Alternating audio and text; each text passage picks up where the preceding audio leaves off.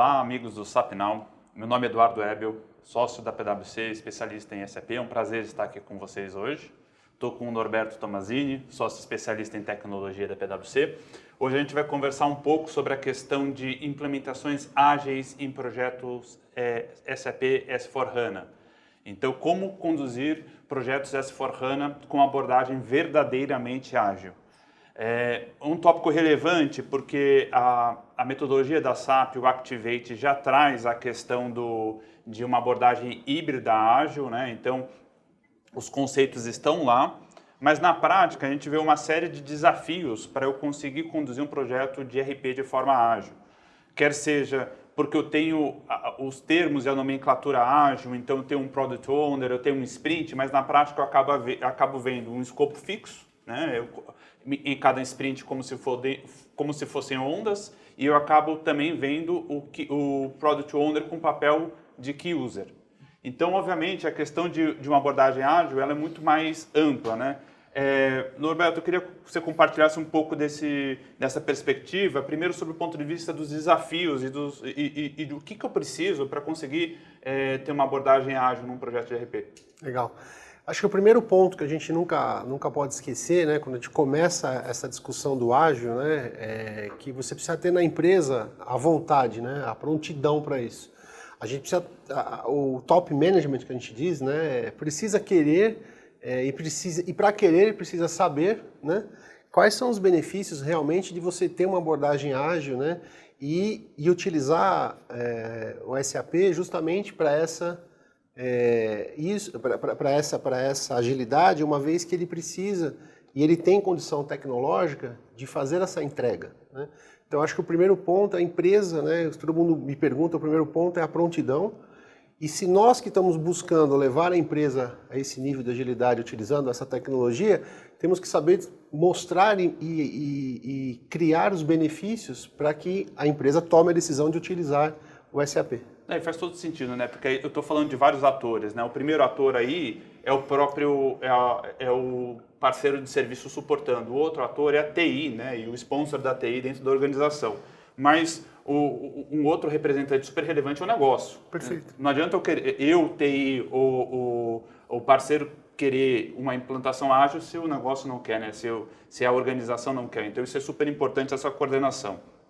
E quando a gente olha para algumas situações que a gente vê na prática, essa é o primeiro desafio que você tem.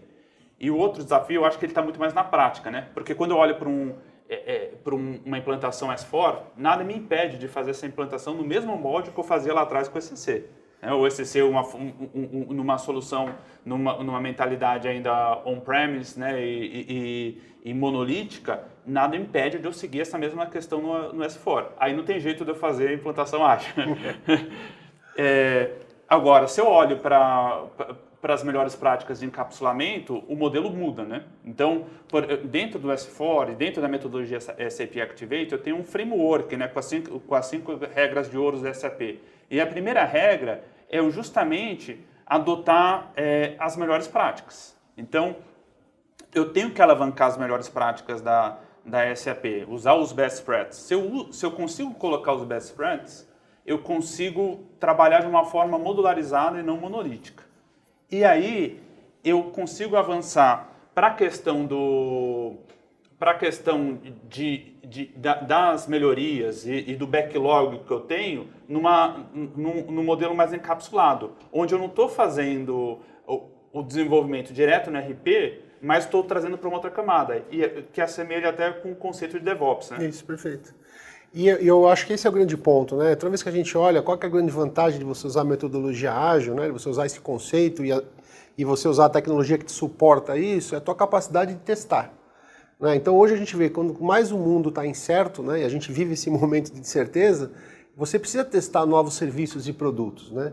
E muitas vezes, quando a gente entrevista os executivos das empresas, ele discute, poxa, mas eu faço todo o meu projeto, faço os testes, na hora que eu vou implementar essa discussão, eu acabo tendo a alavanca, a trava de TI, que não é alavanca, me trava e não deixa eu fazer. Talvez utilizando essa forma de implementação, onde você mantém o núcleo protegido, e você trabalha com as APIs, com as regras de ouro, e você desenvolve, possibilitando a área de negócio a fazer testes, eu acho que é o principal ponto que nós em tecnologia temos que levar para a corporação para defender essa implantação ou essa migração, ou o nome que a gente quiser dar, dessa tecnologia dessa forma. E é uma dor recorrente dos clientes, né? A gente ouve os clientes de SAP antigos e fala assim, poxa, eu tenho tanto desenvolvimento que toda vez que eu vou mexer num determinado ponto do faturamento, eu vou descobrir um problema lá na contabilização. Ele mexe em outro momento justamente por essa customização excessiva,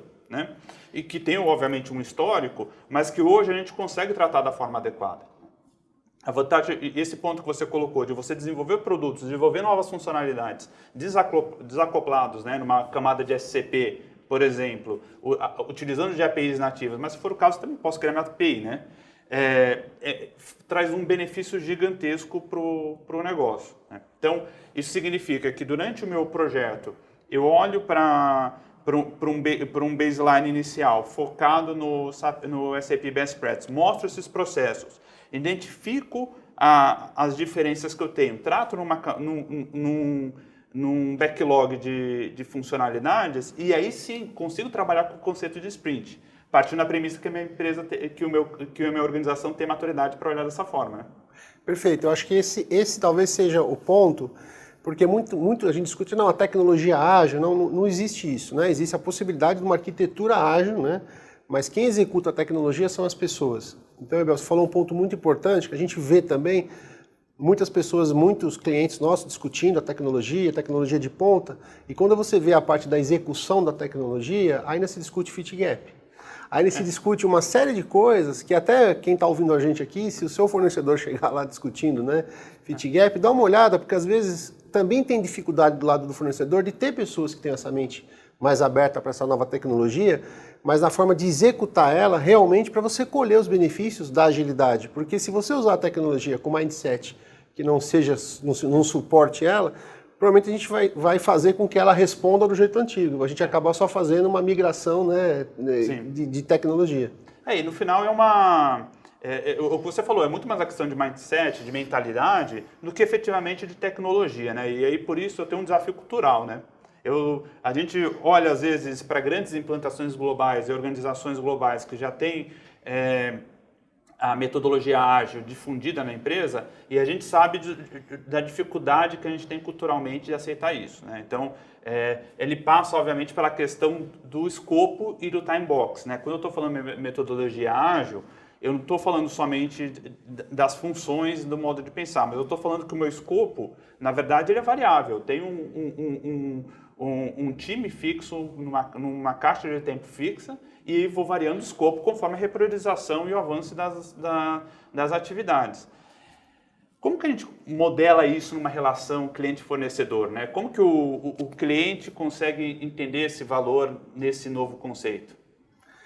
Eu acho que o principal ponto, né, e a grande dificuldade que a gente vê, muitos projetos nascem ágeis, no meio do projeto a gestão transforma ele em projetos waterfall normal, né? Eu acho que se a gente tiver na empresa a compra realmente do benefício da agilidade, que não significa a velocidade, e sim testar e ter essa fluidez que a empresa precisa ter, e quando você toma a decisão de usar essa tecnologia que te entrega isso, eu acho que você tem que ter um modelo de contratação que suporte a tecnologia e a ambição da empresa. E eu vejo que aí o fornecedor, né, deixa de ser fornecedor. A relação que você vai começar a ter é uma relação de parceria mesmo, né? A gente viu lá fora, né, onde alguns projetos maiores do que a gente tem acompanhado aqui no Brasil, realmente muitos indicadores de negócio ou indicador vão para o parceiro. Uhum. E você, às vezes, no projeto, você não identifica se aquele recurso, aquela pessoa é do parceiro ou é da empresa, porque todos... Essa forma de trabalhar traz justamente essa necessidade de foco no negócio muito maior do que um projeto onde eu estou discutindo o desenvolvimento de algum pedaço. Não, eu estou discutindo como eu entrego isso mais rápido para o negócio. Eu acho que esse é o ponto. Resumindo, não é mais fornecedor, é parceiro. Se é parceiro, a relação de confiança é maior e a simbiose é mais necessária do que no outro modelo. E eu acho que a forma de medir muda também, né, Norberto? Assim, Eu não estou olhando para somente, eu estou olhando para uma questão de benefício e como que eu retorno esse benefício para o usuário, né? Esse é um ponto também que eu gostaria de explorar. Como que a gente pode medir o projeto ágil? E aí, de repente, a gente olhando, talvez não necessariamente somente para aspectos dentro de TI, mas, por exemplo, para aspectos de experiência, né? Acho que um valor muito importante, e isso fez com que a gente até desenvolvesse uma metodologia, né, que a gente chama do retorno da experiência, né, onde, quando você tem essa obsessão dentro de um projeto, onde você quer entregar o melhor para o seu usuário, muitas das vezes as empresas têm a dificuldade de montar o business case antigo, né, o ROI, né, antigo, e você não consegue trazer à tona porque são medidas financeiras. E como que você vai trazer essa medida financeira para dentro de uma experiência? Só depois se o seu cliente comprar bastante, né? Então, nós aqui da PwC desenvolvemos globalmente uma metodologia, e essa metodologia possibilita que você crie indicadores que medem realmente a experiência, como se você juntasse o antigo business case com o NPS, né? E juntando essas duas coisas, saiu essa metodologia. A gente tem utilizado isso em outros projetos, mas também, principalmente em projetos dessa tecnologia, SAP, e isso vem trazendo uma outra forma de você defender, porque, Bel, eu acho que muitas vezes a dificuldade que a gente tem é da continuidade do projeto nesse modelo. Muitas vezes ele é aprovado, só que o mindset das pessoas que estão acompanhando o projeto ainda espera o cronograma, espera uma série de coisas. Então o projeto sofre uma pressão para alteração para o modelo antigo, e quando essa pressão ocorre, ele pode perder o benefício inicial, que é o da agilidade e de entregar rápido funcionalidades diferentes para o usuário. Então, pensando aqui nos fatores, né? Primeiro, eu ter prontidão, né? Eu estar preparado para fazer aquilo. Mas o 2, não é só planejar direito, é eu executar da mesma forma, né? Muito, como você falou, muitos desses projetos, eles se esvaem nessa metodologia ao longo do tempo. E eu acho que um ponto que eu acho super relevante, né, Roberto, é como isso continua na organização. Porque aqui eu não estou falando só do projeto da C4, né? Quando eu coloco essa metodologia ágil, essa mentalidade ágil na minha organização, isso não vai perdurar somente durante o projeto. Todas as melhorias recorrentes que eu tiver, as necessidades de negócio vão estar dentro desse mesmo framework, né? Então, parte do benefício está aí também. Porque na minha organização de suporte, primeiro, quando eu adotei esse modelo de encapsulamento, o meu custo total de manutenção diminuiu absurdamente. Toda vez que eu tiver uma manutenção em um determinado desenvolvimento que está encapsulado, por exemplo, eu não preciso olhar o que está acontecendo do lado. Ele está encapsulado, tem uma API, ele não vai mexer numa outra funcionalidade. Eu consigo testar novas funcionalidades, como você falou, com um custo menor. E eu consigo trazer essa mesma mentalidade para a organização, para desenvolvimentos futuros, né? Eu acho isso super importante, porque é alguma coisa que a gente sentia e não media. Como eu disse no começo, muitas vezes aquele produto, aquele serviço, aquele centro de distribuição, ele não entrava porque a famosa TI não entregava o que era necessário. E na verdade não é que não entregava, porque ela estava fazendo uma sequência de testes de regressão e analisando todo o entorno daquela alteração para que aquela alteração entrasse com o menor risco possível.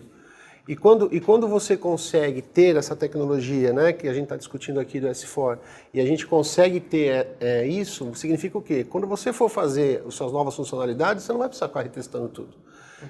Só que isso não era medido, isso era sentido. Então, por isso que eu acho que, por muitas das vezes, esse talvez seja o maior fator de mudança organizacional que você pode levar para o board. Porque mostrar, né, projetos antigos ou mostrar sentimentos antigos que surgiram e que ocorreram atrasos por causa que a TI acabou não entregando. Talvez esse seja um ponto a ser muito observado pela área de tecnologia. E eu acho que, olhando sob o ponto de vista de TI, muda a percepção do ownership, né, do senso de propriedade da área usuária, né? A partir do momento que você está falando do Product Owner, a área usuária começa a tomar um papel de maior protagonismo também nisso, né? Então, ele deixa de olhar somente da mesma forma que muda essa relação de cliente-fornecedor com o parceiro de tecnologia, muda com o parceiro de negócio dentro da organização, né? Então, cria um protagonismo maior da área, ela participa de uma forma mais ativa do projeto, e essa colaboração que é core aí na metodologia ágil, ela também muda essa percepção de valor da tecnologia. Perfeito, porque a gente chama os famosos esquadrões, os squads, né? Então, o squad ele é maior do que qualquer integrante desse squad. Então, quando você faz isso, a pessoa de tecnologia, o profissional do negócio, o próprio parceiro que estiver lá, todos eles, e aí acho que foi importante que a gente falou um pouco antes, de ter esses mesmos indicadores, né? O indicador do Squad faz o indicador de todo mundo, e indicadores de pouco tempo. O que significa isso? Indicadores que eu meço, sei lá, toda semana, né? Que esses indicadores sejam trazidos. Por quê? Uma das necessidades que você tem da metodologia ágil, quando você está utilizando, é foco, né? Porque eu brinco, o ágil, na verdade, ele vibra muito, mas tem que ter um deslocamento lateral muito baixo. Sim. Então ele vai vibrar muito, enquanto o outro faz assim. Então é muito importante que as medições dos projetos sejam muito curtas. Para não acontecer, o que pior pode acontecer num projeto ágil é o que acontecia no waterfall. Você fica 3 ou 4 meses trabalhando e aí você descobre que tem um problema. Quando você tem a metodologia ágil, acho que outra coisa que é importante, quem está trabalhando com esses projetos, é essa medição semanal. Né? Que você consiga fazer essa medição para descobrir os desvios antes que realmente você tenha um desvio maior, né? Porque desvio vai ocorrer. E aí, voltando, acho que isso é muito importante e que a empresa, tanto a equipe, trabalhem numa forma de parceria, porque todo mundo tem que estar pelo objetivo comum daquele esquadrão. Eu acho que, assim, para a gente exemplificar um pouco e ficar mais claro, porque às vezes eu ouço dos clientes, mas isso na prática, no projeto SAP, eu não tenho como fazer. Eu não tenho como, por exemplo, avaliar o produto antes. Sim, tenho. Como que eu faço isso dentro do S4? Uma vez que eu ativei os best practices, vamos imaginar que eu tenho um backlog, por exemplo, um processo de vendas que não estava dentro da melhor prática. Eu vou definir um código de melhor prática customizado para ele, vou definir todas as funcionalidades que eventualmente eu posso ter de desenvolvimento para ele, e todas essas funcionalidades vão estar no meu backlog. Eu vou olhar para pontos de integração, vou olhar para pontos que são de funcionalidade configurável, que na verdade será via BC7, vou olhar para pontos que são de interface de usuário, por exemplo, de tela Fiori, e vou priorizar essas coisas conforme as sprints. E consigo sim medir isso. E consigo olhar para os pontos de integração e garantir que eu estou fazendo isso dentro de uma sprint, olhando para o produto mínimo daquela sprint e para aquilo que eu consigo escorregar para uma sprint posterior. De novo, o time tem que estar preparado para fazer isso, eu preciso ter o enablement, né, a capacitação do time para fazer isso, e é totalmente possível. E eu gero resultados no negócio.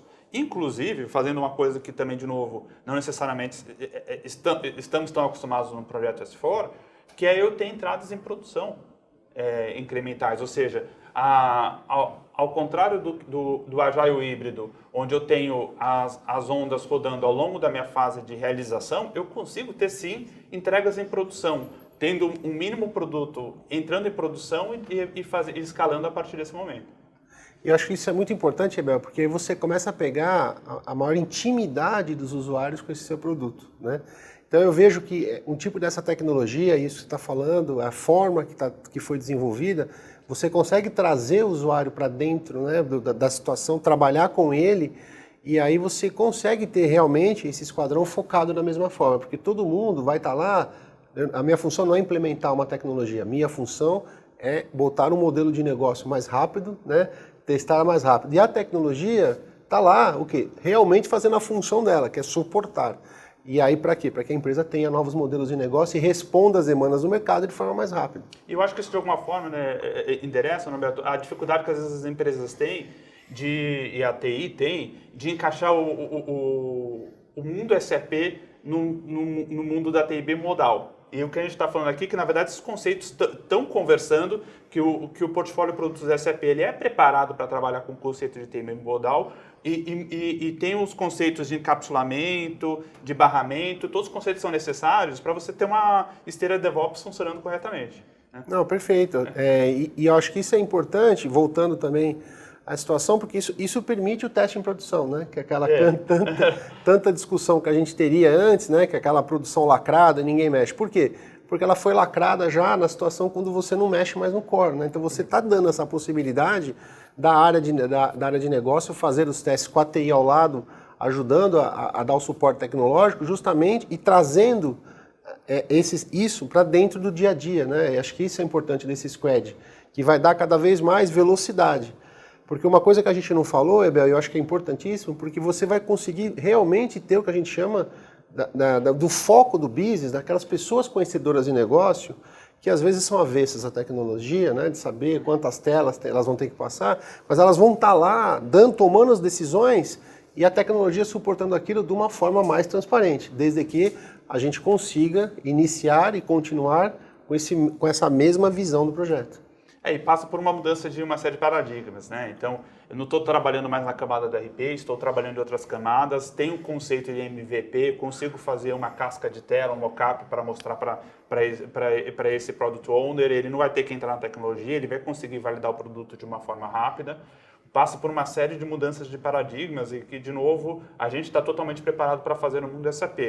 E que, na prática, né, Norberto, vira uma transição não disruptiva para um modelo completamente na nuvem.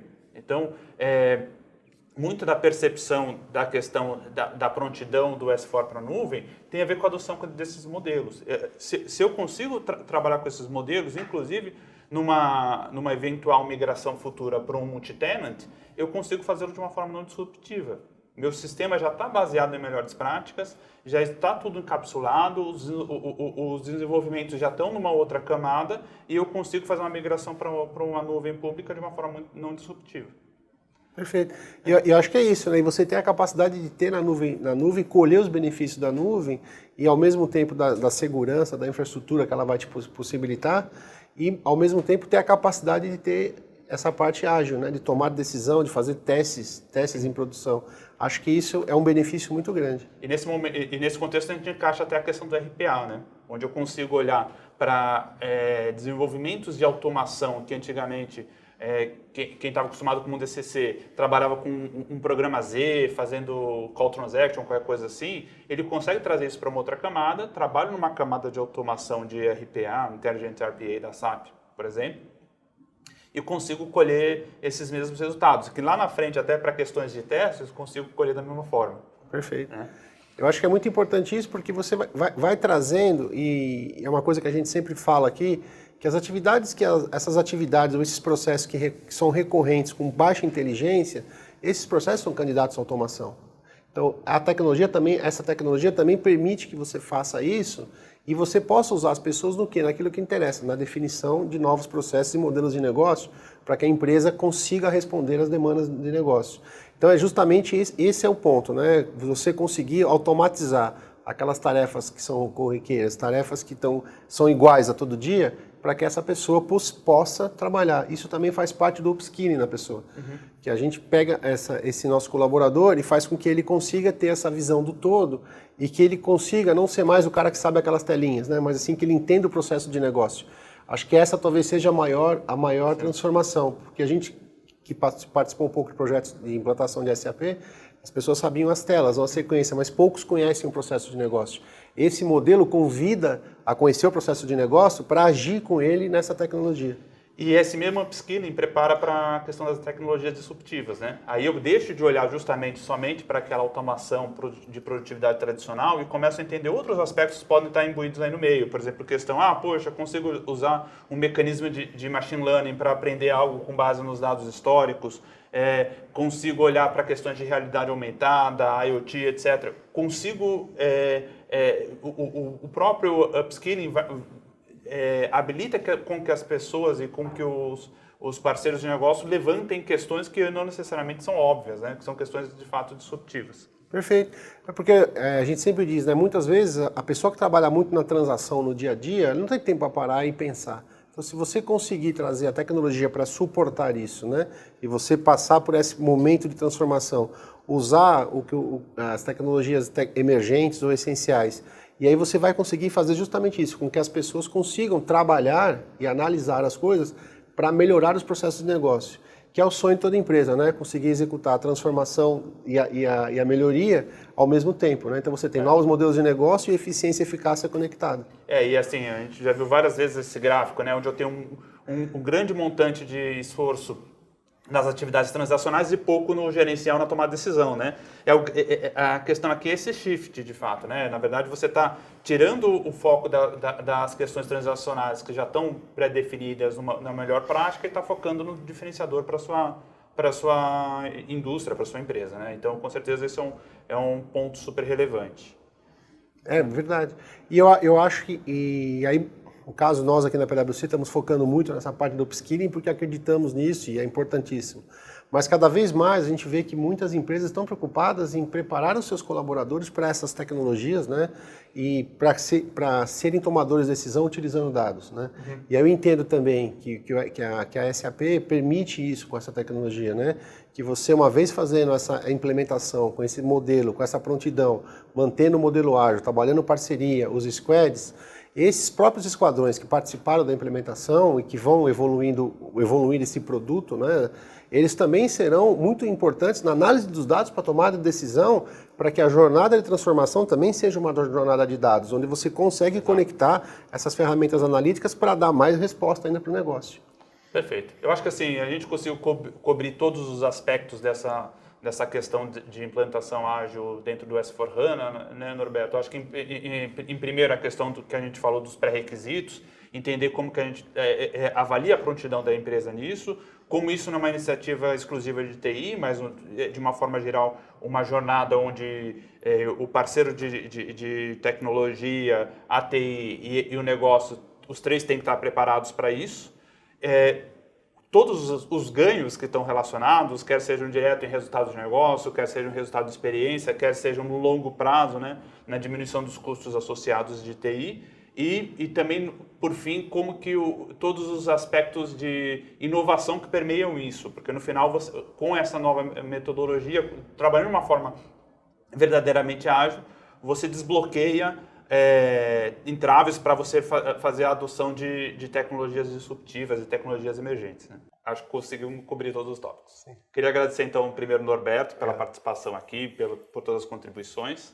Agradecer a todos pela audiência, né, por ter ouvido a nossa conversa, e desejar a todos um bom SAP Now esse ano. Obrigado.